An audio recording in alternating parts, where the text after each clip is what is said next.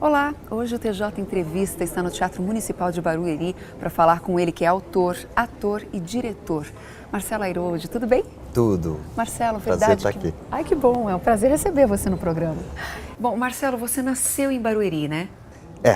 Nasci em Barueri, me criei aqui, morei até logo depois dos 30 anos e depois que eu saí da cidade, mas sou um filho de Barueri. É verdade que você já morou em Alphaville? Não, nunca morei em Alphaville.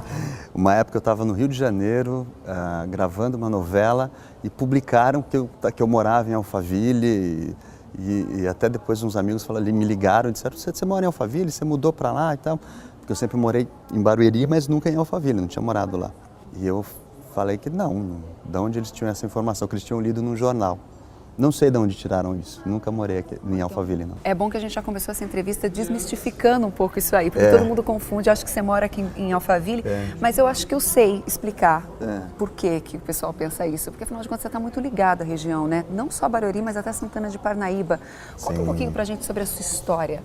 Eu comecei a fazer teatro na escola, aquela coisa de adolescente, criança e adolescente, e como aqui não tinha curso de teatro ainda na época, em Barueri, eu estudava em São Paulo. Então, com meus 15 anos, eu comecei a estudar, fazer os cursos as oficinas e depois os profissionalizantes em São Paulo. Na verdade, pelo serviço público, acho que eu fui o primeiro professor de teatro aqui da cidade, não só pelo serviço público, eu acho que não tinha nenhum outro lugar que na época oferecesse curso de teatro. Então eu fui o primeiro professor de teatro aqui da cidade, em 1990. Não tinha nem o teatro municipal ainda, foi na gestão do prefeito da época que o teatro foi construído, agora estou me lembrando.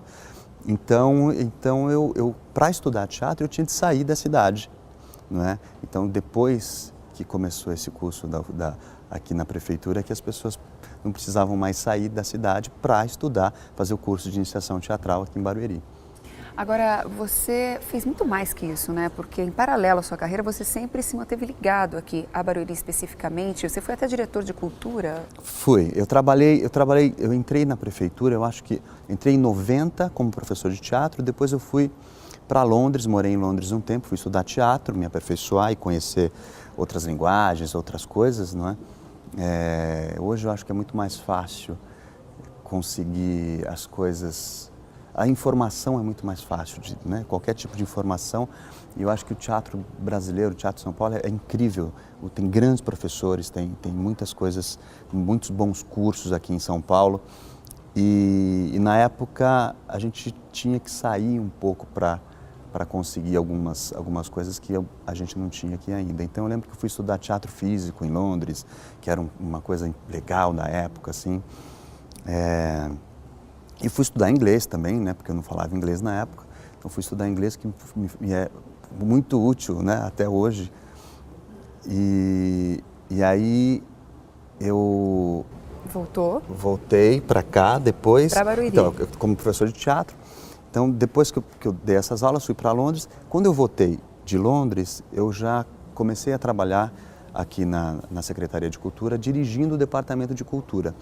Então eu mantive a carreira de ator, de diretor, paralelo à carreira de diretor de cultura, né, ou de produtor de cultura, ou de um agente cultural da cidade, não só como ator, mas aí como alguém que organizava coisas, que desenvolvia projetos e pensamentos do que podia ser interessante desenvolver de cultura na cidade. A gente tinha vários programas interessantes de estímulo à produção cultural do artista local, era muito legal isso.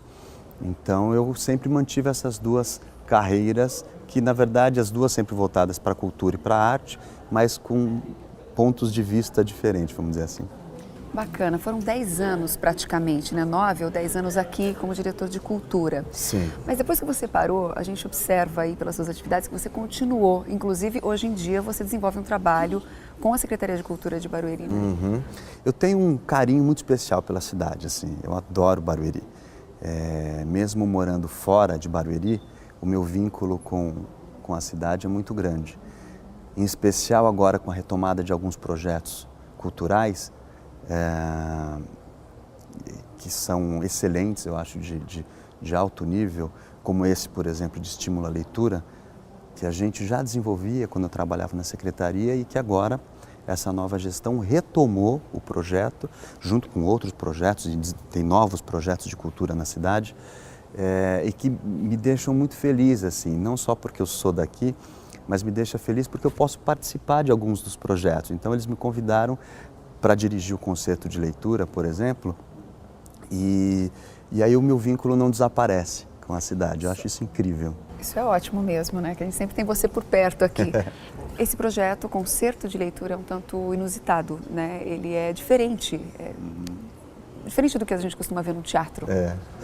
O concerto de leitura é um dos projetos de estímulo à leitura, né? E a ideia da secretaria é desenvolver o prazer pela leitura, porque você sair um pouco dessa história de que algumas escolas, erroneamente, ainda mais, agora talvez não, mas obrigavam o aluno a ler, por exemplo, né? Nem todos os alunos tinham a sorte de desenvolver o gosto pela leitura quando era obrigado a fazer um trabalho, por exemplo, alguma coisa assim.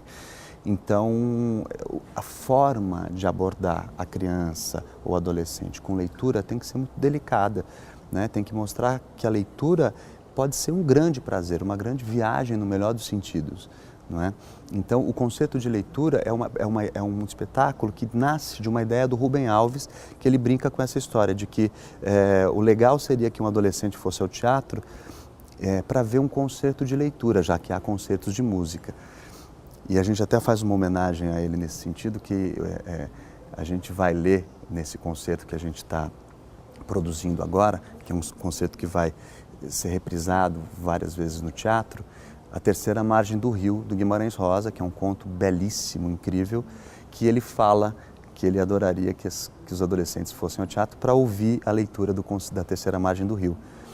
Então, esse é um pilar, né? É um projeto dentro desse programa de estímulo à leitura, que a cidade tem inúmeras bibliotecas. Eu acho que é a cidade que mais tem bibliotecas. Se você pensar em livro per capita, vamos dizer assim, eu acho que é a cidade que mais tem livros por cidadão, por habitante. Agora, não adianta você ter...